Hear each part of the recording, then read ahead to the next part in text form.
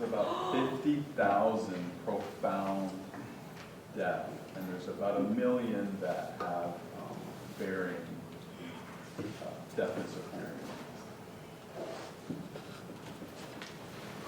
I want to ask you,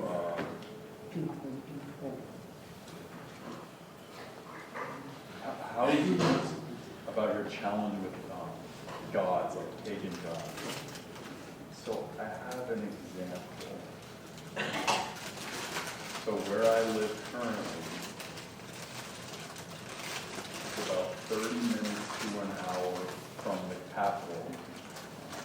It's a small village, so everything's nearby, and so you hear everything, and you know everything. And so where I am, on that street, typically if there's a wedding or a funeral or any kind of event, typically there'll be like a camp set up, a tent set up in the middle of the street, and everyone will gather for that. I haven't experienced that, but you know, all the music and the prayer is on a loudspeaker. And so from where we are, you can hear it every morning during the week. And so you hear the funeral prayers and the noise from like 6 in the morning. I mean, you wake up to their prayers on the loudspeaker.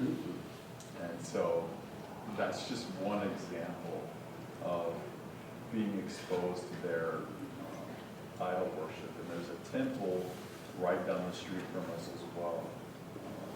And you know, I was passing around and visiting people and passing tracts out.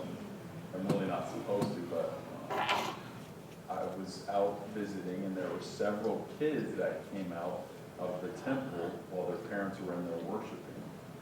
And they came up to me, and so I met with them for a moment, and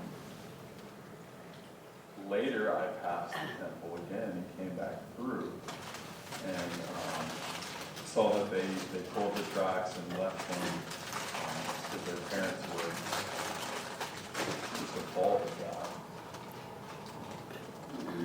Cambodia. Although I am now, although that was.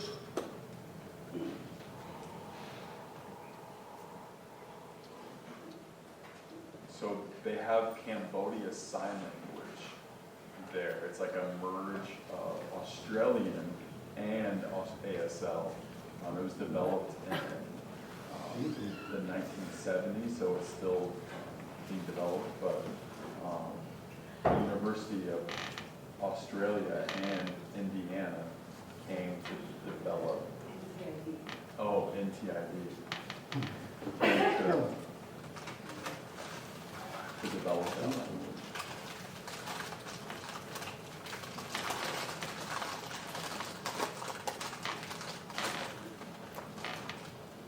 But when I first got heard and got exposed to Cambodia, I grew up in Rochester, New York, and my neighbor there was from Cambodia. She was Cambodian. And so that was my first exposure to that. And then later, in college, just to make it short, God called me through Cambodia through like a research report about the country. And I saw that 90% of Buddhists were there, like 90% of the population were Buddhist, and 1% were Christian, and now it's up to 3.5% of Christians. And what really impacted me was of this percentage of Christians, that 1% of them. You know, I couldn't go there immediately when I wanted to. I had some health problems. And after COVID in 2021, Mike Douglas introduced me to a deaf girl, and I started teaching her sign online.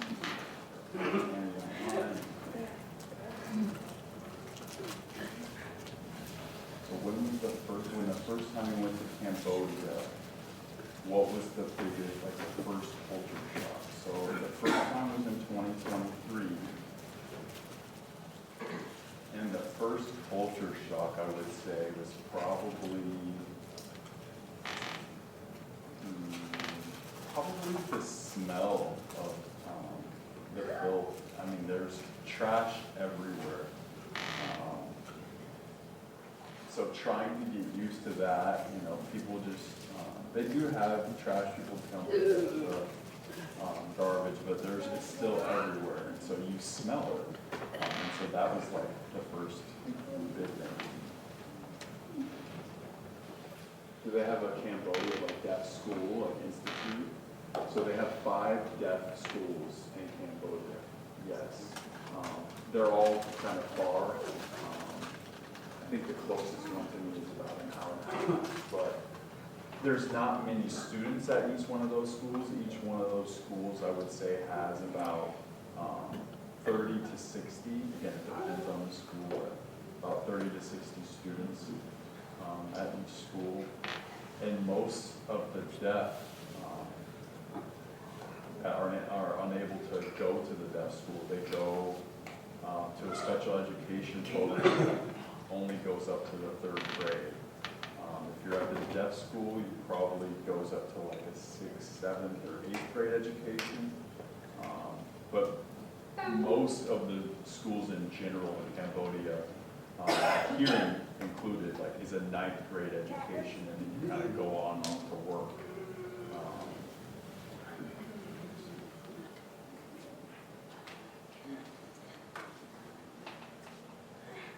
Yeah, they have a college. For the deaf, I'm not sure. I haven't even looked into that. But they do have like an adult training program for the deaf to help them with job training and education for deaf adults.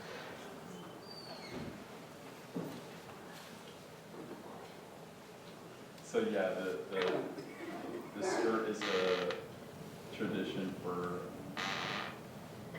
Cambodia. You know, they have, that's why the sign, that's where the sign Cambodia comes from, is how the skirt is tied. I'm trying to think about a picture. Yeah, I have a picture of a man that wears like that skirt because it's so hot, and he's made like an Asian.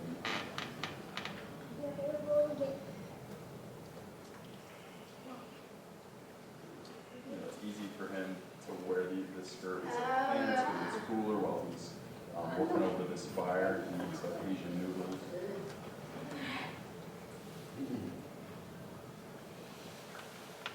Do you work alone or do you work with other missionaries? And then also I have a question. Do the deaf there drive and work? So yes, I am working with another missionary. So there's a team of 5 of us.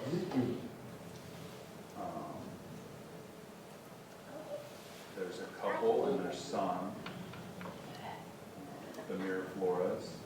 They're the ones who have been there for 28 years and established that ministry there, and I worked with them. There's one that is older and is having some health problems, and their son's helped found that church. There's also a single lady, a missionary named Roxanne, and then there's 5 of us. Oh, and then the second question, yes, so do the deaf drive and work?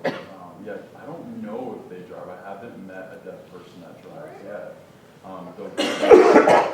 The deaf person that I met in their 60s, I asked if they drove, and they said no. And she did try a motorcycle for a while, and she didn't like it, so she stopped doing that. It seems like the deaf are able to drive motorcycles and drive, but she said she didn't like it, so I don't know. Work, yes. Mostly what I find is they work for family businesses or in restaurants.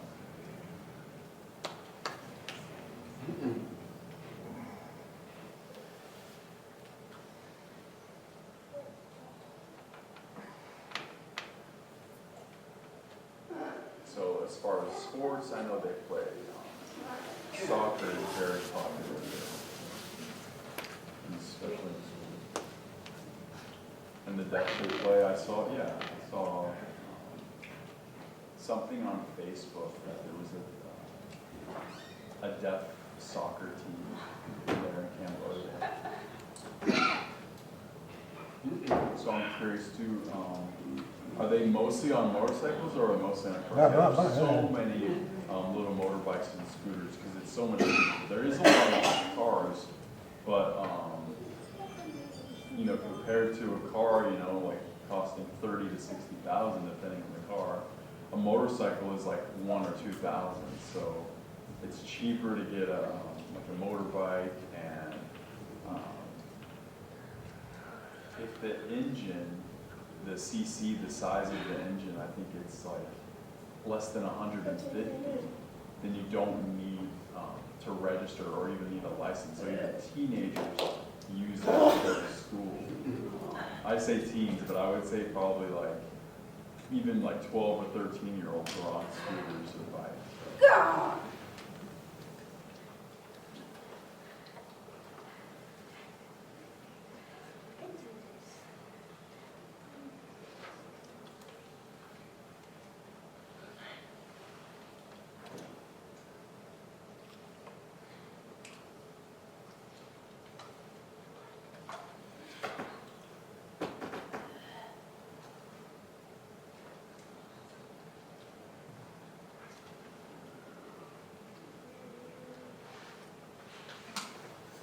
So far, Saren, that's the one that I mentioned last year. I spoke to her last year. She is now 18. She got saved last year. She lives with us in our children's home.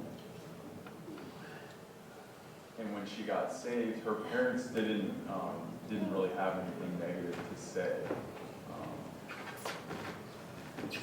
And in last March, I was there to see Sarah get baptized. And her mom and brother showed up for the baptism, so they do seem to be supportive of her. That's good.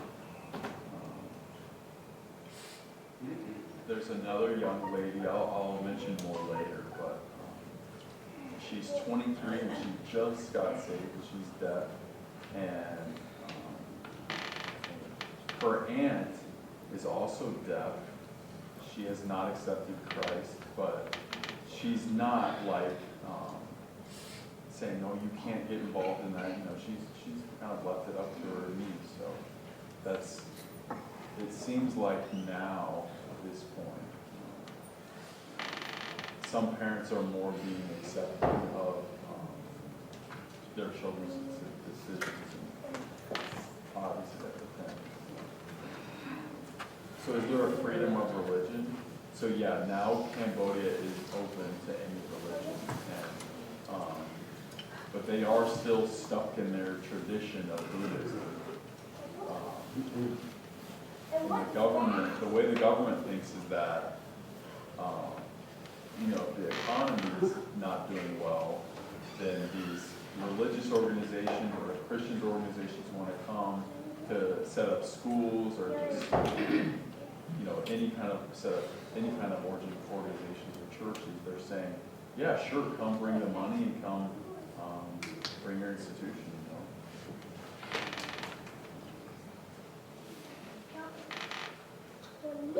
Does Cambodia have any? Repeat your question.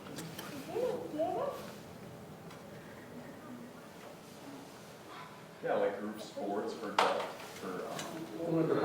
the deaf youth. So she asked if the deaf youth has sports activities and involvement in that. So yeah, I have seen one team that I know of. It's a deaf youth team for soccer, football. There may be more that I don't know of.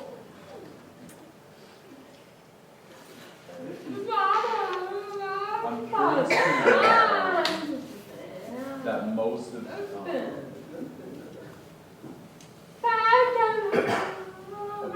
of people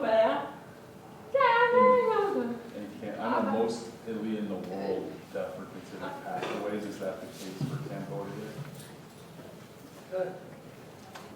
So it is starting to change, but yeah, so it has been in the past that way.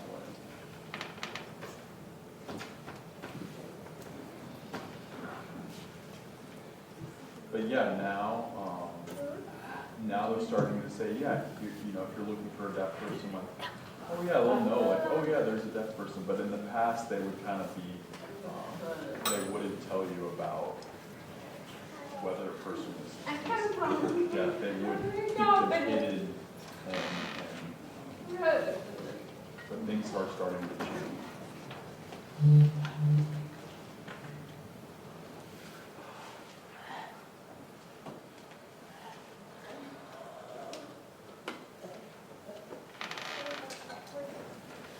So how's the government changing their feelings about the deaf? So I personally don't know too much about the government there. I know that the religion, they're open with religion, and I know there's a problem. They're going back and forth with, there's like a border war due to immigration. It hasn't really been affecting the area I'm in. But for the deaf in specific, I don't think there's anything like majorly, like a major criticism or against the deaf. I mean, there's interpreters on TV for the news signing, so they do that.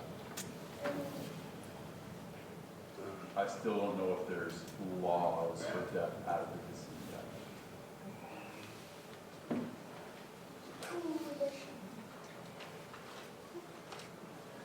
So what's your general day-to-day schedule? So the missionaries that I work with, we have like a children's home. It's not a full school, it's like classes like English and music and arts, just things like that. And our children go to a public school very close by. They go to the middle school or high school in the morning and then come back for lunch and then go back to the school for the rest of the afternoon. But the elementary school, every month it changes. So for 1 month it's that full day, like for May example, they go to school only in the morning for a half day. And then the next month it changes, so they go in the afternoon. And their school is Monday through Saturday.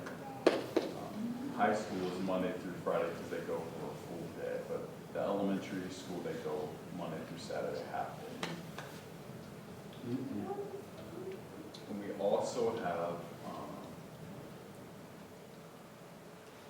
so we've got 2 churches, or 3 churches. One is the national Cambodia that the Cambodia pastor has taken over. The other church we haven't found a pastor to take over. We go there on Saturdays.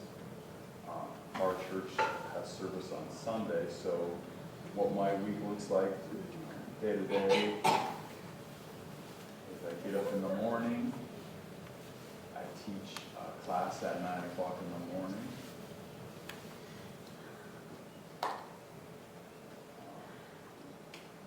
That's if they have school in the afternoon. But if the kids have school in the morning, then I will teach in the afternoon. It's flip-flop.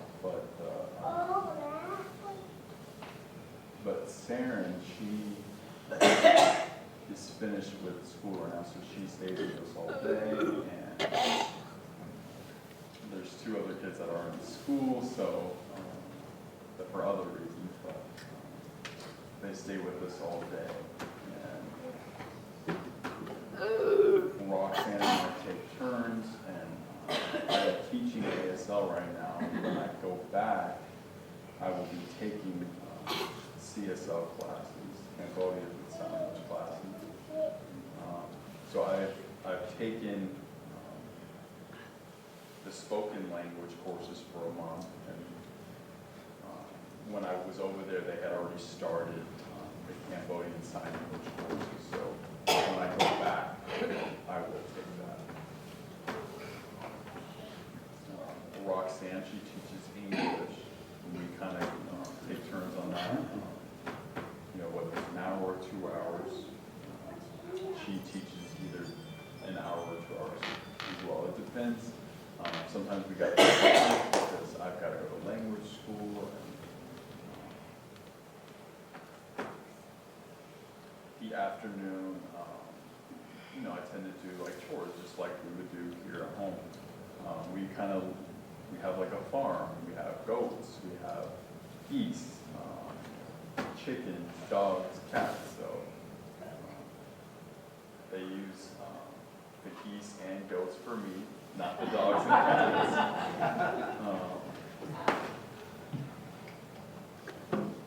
But yeah, we have a big property that we take care of. And we'll do that in the afternoon.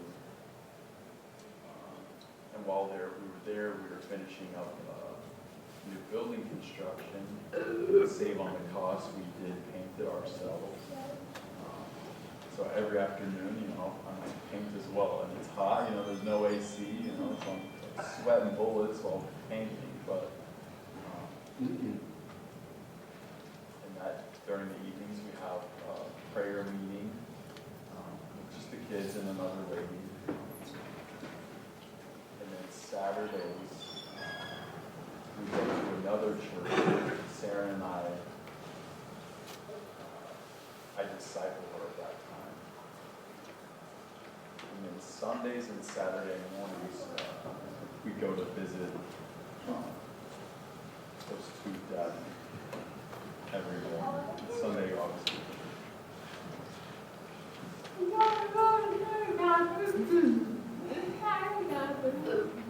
What does a typical day look like in Cambodia? So I have rice every day. It's cheap and easy. I have rice for breakfast, lunch, and dinner every day. But noodles as well, and pork and chicken as well is cheaper than beef. Beef is expensive, so we do have it once in a while. A lot of their meat has a lot of sauce on the rice because the rice is just plain white rice. So you don't typically put salt, pepper, butter, or anything like on that. So you put the meat on top of the rice.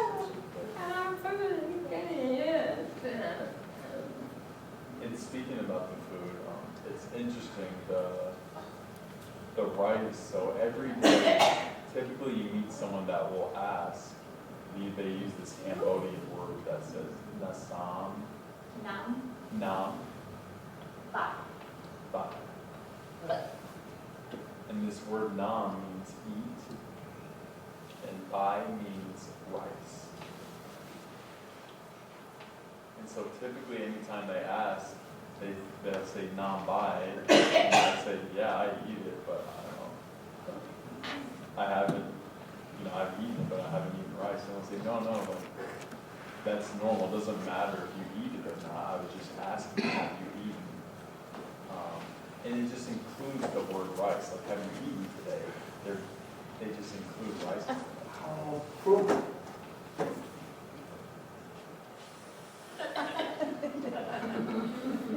How fluent are you with the Cambodian language? Oh, I've learned a lot of vocabulary. I'm not very fluent. Sometimes I am. That word will leave my mind. When they're speaking, I ask them to slow down because they speak so fast. So I'm like, okay, I know that word, and I'm like, oh, okay, I kind of get it due to the context. But the spoken language is really hard. The kids always laugh at me because I always speak incorrectly. I always speak with the back of my throat, my teeth. One of the words cuts off, and I struggle with that cut off word, and they say, just cut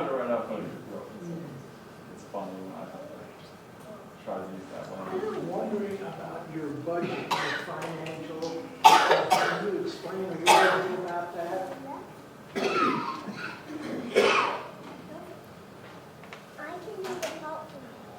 So the cost of living there is pretty cheap, it's pretty affordable.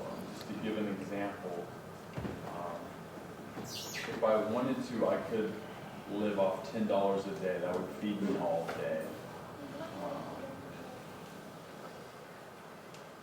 If I want to buy a coffee or something, it costs me $6,000, which costs me $1.25 in their currency.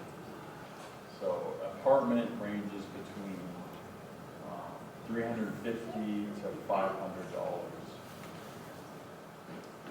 So it's not bad when you consider cost of living. My budget that my board and I set up is that I have to earn $4,000 a month. And I'm at 64% of that goal. And we set that high because, if I have to come home because the cost of living is high, so I've saved up for ministry needs and all that. But in that 4 months, I would say I could live off that 64% and be fine. But I will need to buy a car when I go back. Consider whether I should do a motorcycle or a scooter or a car. But I will need to pick up my car. And for commuting, a car is better than a motorcycle, especially because the language school is an hour and a half away. And I know cars are expensive there because they've got to export them, import them. And you don't really want to buy a used car there because, they'll definitely take advantage of a foreigner. Especially because communications is tough, and so they recommended to try and buy something as new as possible and not something used. And I've looked at cars, and you can find something from right around $35,000 for like a medium size, a mid-size SUVs or something. No. I'm curious, for your rent at your house, is it a house or an apartment? Where do you plan on renting? So just for the sake of ease and accessibility and safety, I live in the main ministry campus at the children's home. It's where I take care of the kids there as well. And so they have like a dorm room, and there's a bathroom, and at the new building that they just finished a couple weeks ago before I came back. So I haven't even moved my things in that building, but it's a bigger room with a bathroom and a kitchen there, so I cook by myself or with family, but yeah, it's more safe there. So you talked about that there was 5 missionaries total, and so yes, they are all hearing. So they all want to be involved with deaf ministry, so that's why I got involved. They do their best to communicate with Sarah. From Pastor and Roxanne, they've learned a lot more of the Cambodian Sign Language for Sarah and for others. Roxanne jokes because she has a little bit of hearing on her lost side. And so she says, yeah, I'm part of the deaf ministry. So yeah, we are. Do they have a McDonald's? What kind of stores do they have there? Yeah, surprising enough, there's no McDonald's out there. I was surprised. I thought there was McDonald's everywhere, but not there. But I was wondering, like, why do they have like Little Caesars? They have a Little Caesars there. I was like, that's not the best pizza, but okay. They have Domino's, Starbucks. They don't have a Walmart, but they have a store. It's like a Cambodian store called Lucky's. It's a supermarket, and what's equivalent of a Sam's or Costco they have is what's called a macro. It's like a big, something you could buy Whole Foods there, Whole things, but it doesn't require membership, which is nice. For laundry, I don't know if they have like laundromats there, but most people would just wash clothes themselves, and we do have a washing machine, not a dryer. It saves on electricity, and it's hot there, so we just hang our clothes to dry. Can you explain about the parents there?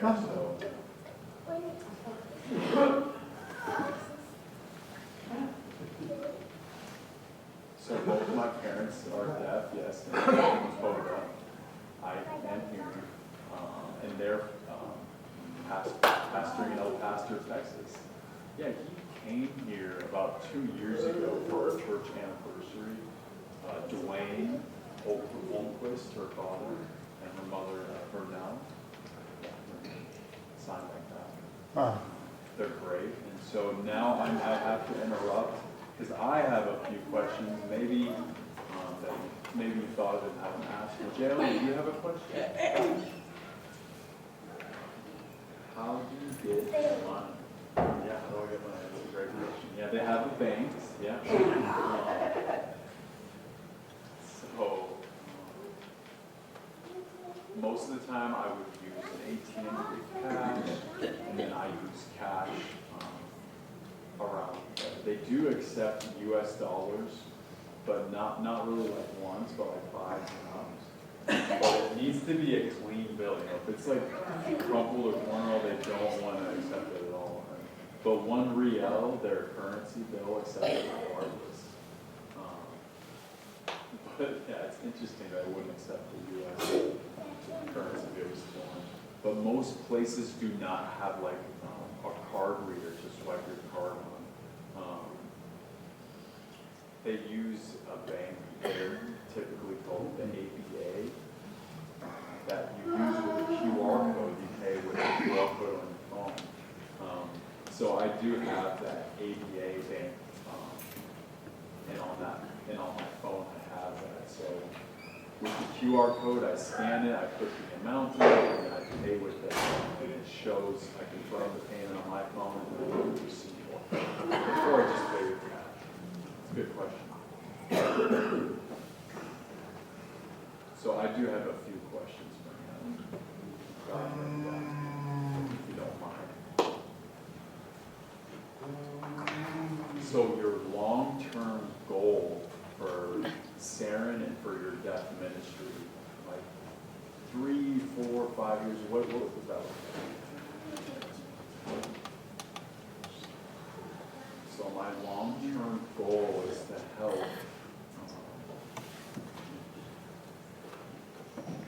to set this, we have a deaf ministry set at our place, at our church. But I'd like to set up like a mentorship or a training program, and there's some other churches that are interested in getting involved with deaf ministries, that are in the deaf ministry because they have deaf individuals in their church. They did try to set up a deaf ministry, but it just was not successful. So I asked what their struggle was, like what caused this to fail. And so there's these 2 ladies that went to learn, they took classes to learn Cambodia Sign Language. And when they went to actually go talk to the deaf, they struggled because they only had home sign. So there's a lot that do know Cambodian Sign Language, and then many that only know home sign. And so each family has their own home sign. And so that is a big struggle, and that makes communication really hard. And so how we communicate from week to week is like by acting things out and gesturing. And so a lot of times with their deaf ministries, they'll run into that problem and then they just give up. And so I've tried to I have a goal of mentoring them of how to communicate with deaf, gesture with deaf, and then teaching them sign language, because I want their ministry to grow and prosper. Will it be successful? I don't know, but that's the kind of mentorship that I want to set up to work with these churches. And then with Siren, particularly, she's just turned 18, and her family is kind of like encouraging to work, because she's old enough, and we have a Cambodian who works as the staff at our place, and they've worked with children for 10 years, but all of a sudden last December she just said, hey, I'm stepping out to this day, and she still comes to our church, but she had family situations, so she couldn't continue to work with us. And when that happened in December, when she had to step out, they quickly hired a couple. The ministry hired a couple, but they didn't investigate too deeply about their background. There was a problem with them, and they're no longer with us. But we have hired Sarah to work with us and stay with us, and she's excellent with kids. Like, it's like her family. She's willing to help. She's a good worker. She's enthusiastic. She's got the desire. My goal is, to train people, and then if they want to stay and stay working with us, we'll probably hire her. So that's still in discussion. So yes, I want to continue discipleship and Sunday school, one-on-one Sunday school. But she is fantastic when we go and visit deaf. When I'm confused about their gesturing or their home signs, she knows. She grew up with home signs, and she really knows how to work with the deaf and communicate. So I can mention that more later, but or I plan to. But I am really starting to see her grow and develop and have a heart for the deaf, and I want to develop that more. And so, for a long-term goal, I would love to see her continue to work with us, but we will see what the Lord has in store for her.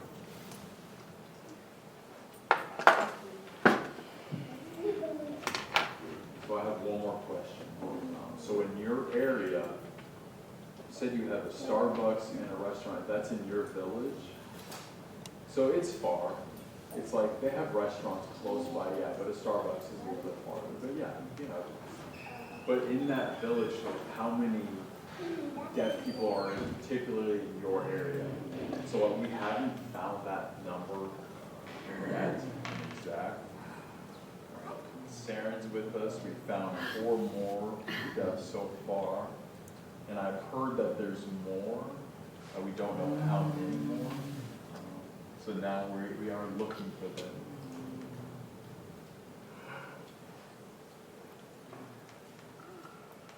But 2 of them are brother and sister, and the 2 of them are.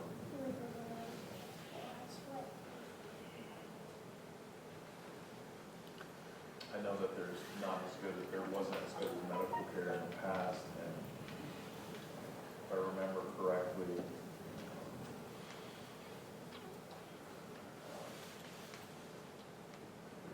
two of them were born deaf, and the other 2 had a hearing loss, perhaps due to disease.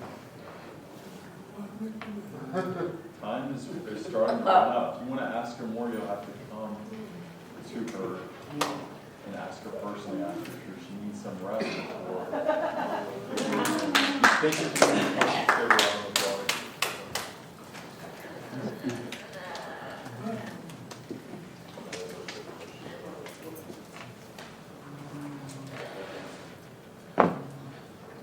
Thank you, Lord, for this opportunity to ask and get to know Hannah.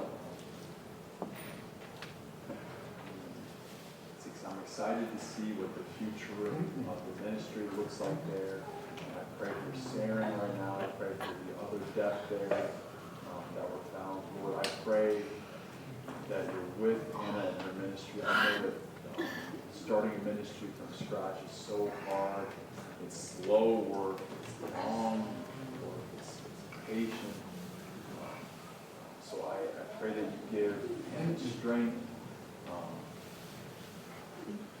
Started this ministry. It's from scratch. And there was nothing, there was no position, there was no one there to start this. So I appreciate you give her the wisdom and the strength to meet that and to open up these opportunities to get into government leaders and get her favor among men. And the opportunity to break barriers and to reach with them in this area, Lord. I pray that you give her missionary partners success as well with them as they help this deaf ministry. Lord, I pray for the future. I pray for your hand to anoint and be on this ministry. I pray this in your name, Jesus.